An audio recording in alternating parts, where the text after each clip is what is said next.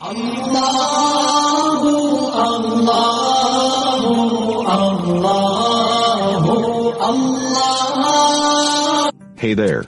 Subscribe to my channel. And also press this bell icon.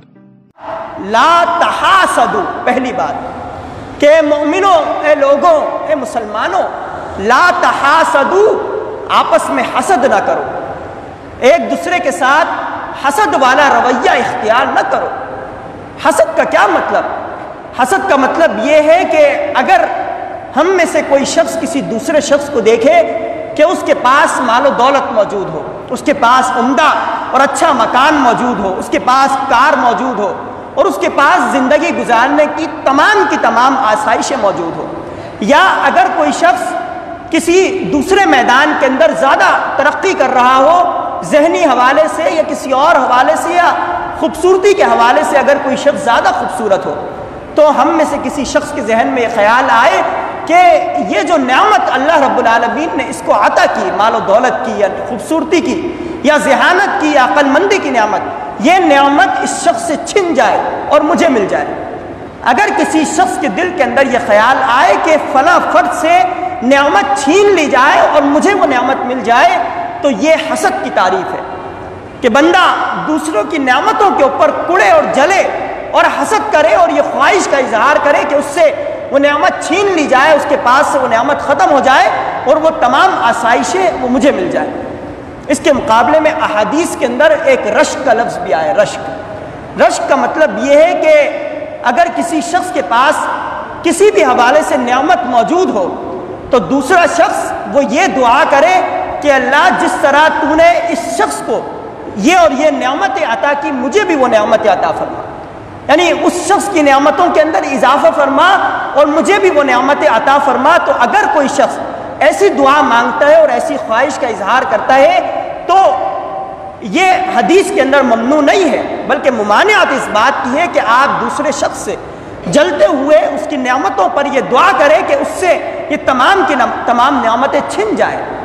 یہ جو آخری صورتوں میں اللہ رب العالمین نے بیان فرمایا کہ وَمِن شَرِّ حَاسِدٍ إِذَا حَسَدَ، کہ بندوں کو حسد کرنے والوں کے حسد کے حوالے سے پناہ مانگنی چاہیے، اللہ رب العالمین کی حفاظت کے اندر آنا چاہیے کہ اگر میرے حاسدین موجود ہیں، حسد کرنے والے موجود ہیں، تو مجھے ان سے حفاظت مل جائے.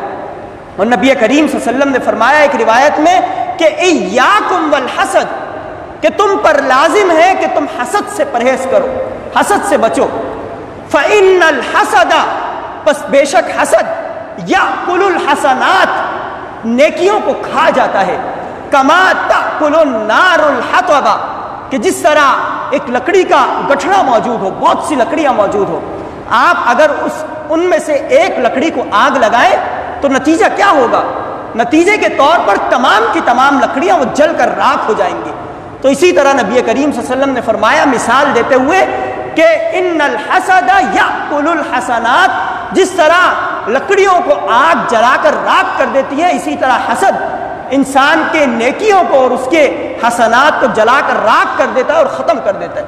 لہذا حسد سے یہ بچنا چاہیے. یہ حسد اور تکبر یہ دو ایسے بڑے گناہ کہ جس کے اندر بھی یہ گناہ پائے جائیں، جس کے اندر بھی یہ اخلاقی حوالے سے یہ اخلاق پائے جائیں، تو گویا کہ وہ شخص تباہی کے دہانے پر پہنچ جاتا ہے. یہ جو واقعات میں آتا ہے ابلیس کے حوالے سے، شیطان کا اصل نام جو روایات کے اندر آیا ہے عزازیل آیا ہے، عین زا الف زا یا لام، عزازیل. اور یہ فرشتوں کا بہت بڑا معلم ہوا کرتا تھا، فرشتوں کا استاد تھا، معلم الملائکہ اس کو قرار دیا گیا تھا. اگرچہ یہ فرشتہ نہ تھا، کان من الجن، جنوں میں سے تھا، لیکن اس کے باوجود بھی فرشتوں سے زیادہ اس کے پاس علم موجود تھا اور فرشتوں کا یہ بہت بڑا استاد تھا. تو روایات اور واقعات میں آتا ہے کہ سب سے پہلے اس نے حسد کیا. جب اللہ رب العالمین نے شیطان کو حکم دیا کہ حضرت آدم علیہ السلام کو سجدہ کرو، تو فابا، اس نے انکار کر دیا اور کہا کہ میں سجدہ نہیں کروں گا. خلقتنی من نار وخلقتہ من طین، کہ تو نے مجھے آگ سے پیدا کیا. آگ تو ایسی صلاحیت رکھنے والی ہے کہ جلا کر راکھ کر دینے والی اور زیادہ طاقتور چیز ہے. وَخَلَقْتَهُ مِنْ طِينٍ، اور تو نے آدم کو مٹی سے پیدا کیا. تو کیا آگ سے پیدا ہونے والا شخص وہ مٹی سے پیدا ہونے والے شخص کو سجدہ کر سکتا ہے؟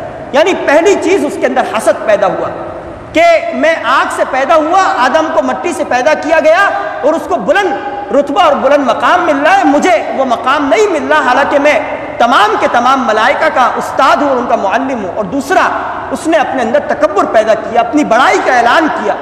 تو یہ حسد اور تکبر، یہ دو ایسے برے گناہ اور بدترین گناہ کہ انسان کو تباہ و برباد کر کے رکھ دیتے. یہ تو یہودیوں کے حوالے سے جو بات آتی ہے کہ نبی کریم صلی اللہ علیہ وسلم کو جب اللہ رب العالمین نے نبوت عطا فرمائی تو جتنے بھی انبیاء اس دنیا کے اندر آئے وہ تمام کے تمام انبیاء حضرت اسحاق علیہ السلام کی اولاد میں سے تھے. انہی میں یہودی بھی آئے، اور یہودی سارے ایک ہی قوم اور ایک ہی نسل سے تعلق رکھنے والے. تو جب نبی کریم صلی اللہ علیہ وسلم کی آمد ہوئی تو اللہ رب العالمین نے ان کی قوم کے بجائے حضرت اسماعیل علیہ السلام کی اولاد میں سے نبی کریم صلی اللہ علیہ وسلم کو پیدا فرمایا اور مبعوث فرمایا.